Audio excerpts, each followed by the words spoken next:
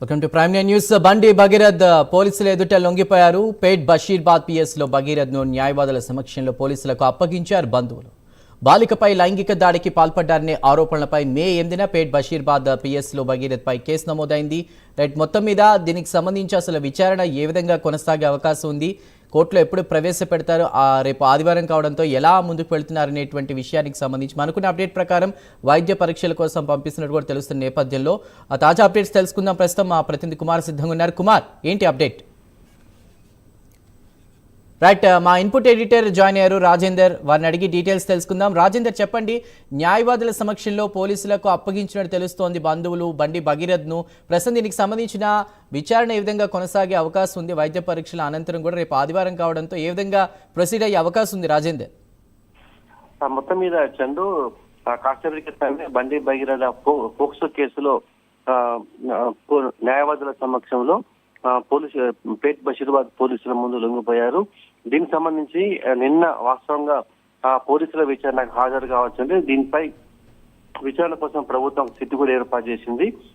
మొదటి రోజు ఆ సిట్ విచారణకు హాజరు కాని నేపథ్యంలో పోలీసులు స్వయంగా అటు కరీంనగర్ లో ఇటు హైదరాబాద్ లో కూడా నోటీసులు అందజేశారు. ఇవాళ కూడా మొత్తం కూడా 5 బృందాలతో మొత్తం కూడా దీని కోసం గాలింపు చేపట్టారు.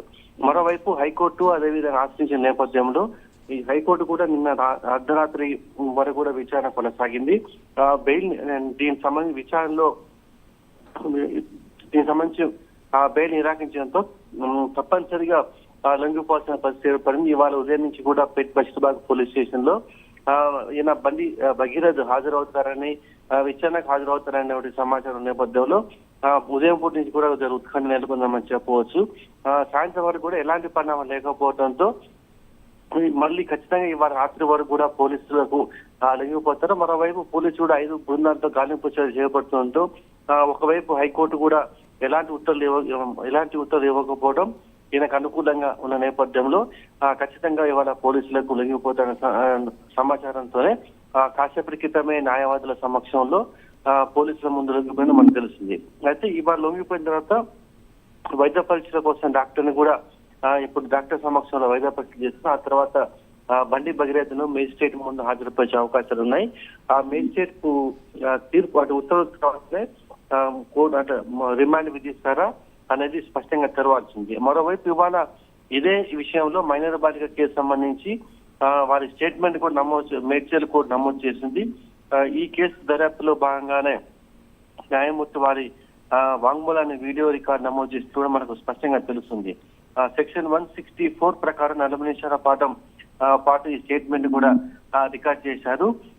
అటు పేట్ బషీర్బాద్ పోలీస్ స్టేషన్ లో 2 సార్లు, భరోసా సెంటర్ లో మైనర్ బాలిక స్టేట్మెంట్ కూడా పోలీసులు రికార్డ్ చేసిన నేపథ్యంలో తదుపరి ఇప్పుడు వైద్య పరీక్షల తర్వాత భగీరథ్ను న్యాయమూర్తి సమక్షంలో ప్రవేశపెట్టే అవకాశం ఉంది.